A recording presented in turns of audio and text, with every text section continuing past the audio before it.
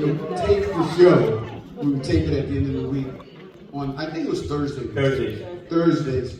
There would be probably maybe 50 dozen roses that came from people from the guy. So if I was lucky enough to get a date somewhere, I would bring the girl to the show. And the flowers would come, and the guy would be coming with the flowers. I go, hey, where's this going? It's BernNadette Stanis. I said, give them to me, I'll take it.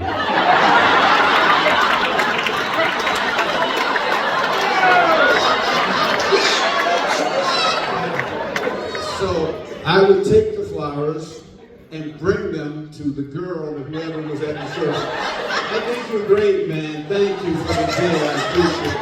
Oh, that's so nice of you.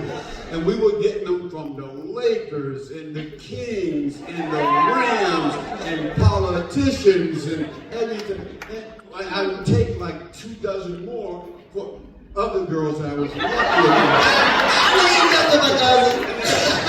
I said, BernNadette's getting like 50 dozen. She won't miss. She won't miss 3 dozen. That's it. So I did that all the time, every show. Because they were, her and Janae, they had racks of clothes like as long as this. I only had 2 outfits the whole time.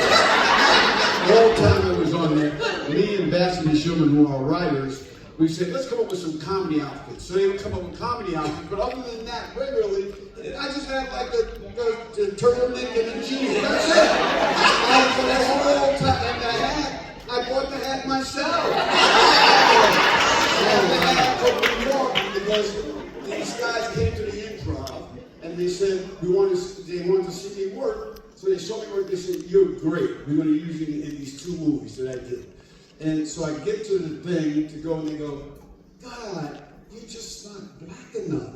You know, whatever. You got to be blacker." So I said, "Oh, let me go to the subway because they had stores down the subway." I said, "Let me get this hat. Maybe this will make me look blacker." So I got the hat. And I got the parts of the 2 movies. Because it's a black hat, so I picked out black. And then everybody started buying the hats, and I was not involved in that part of it. But that's what happened. So that was BernNadette. She always came through for me with that. And I would bring flowers. The women hate flowers. They hate you to say they're pretty. They Well, hate you the know whole what? thing. I'm going to share something. Now, go ahead, tell. Go ahead. I'm going to tell them. When we first got on the show, oh, about that, Jimmy. When we first got on the show, Jimmy said, well, I don't have a lot of dates, so what should I do? Try to get a girl. What should I do? I said, well, first of all, you should buy her jewelry. I said, you should buy her some jewelry.